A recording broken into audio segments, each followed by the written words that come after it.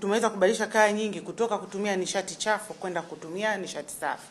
Na kama tunavyofahamu kwamba wapishi nyumbani ni kina mama, kwa hiyo kitendo cha kuwabadilishia tu kutoka kutumia nishati chafu kuwa nishati safi, hayo ni mafanikio kwao, kwa sababu kwanza tumelinda afya zao, tumelinda muda wao, lakini pia tumelinda familia zao. Kwa hiyo mafanikio kwa wanawake, hasa tukizungumzia nishati safi, ni hayo. Lakini pia kuna ajira ambazo zimepatikana kupitia mabadiliko haya kutoka nishati chafu kwenda nishati safi. Baadaye tutakuja kushirikiana nao kwenye kuomba ufadhili na mambo mengine.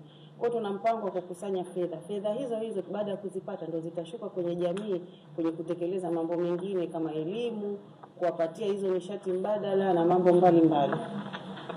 Na hata mitaji, kwa sababu unakuta wengine kwamba kama alivyosema mheshimiwa wanakwama kwenye mitaji. Unampa mtu mtungi wa gesi lakini anashindwa kurefill, lakini endapo mtu atakuwa labda ana mtaji wa biashara, kuanzisha biashara yake na mambo mengine, ataweza kwamba kupata zile fedha, kupata faida na kuweza kwenda kujaza mtungi ambao umemaliza.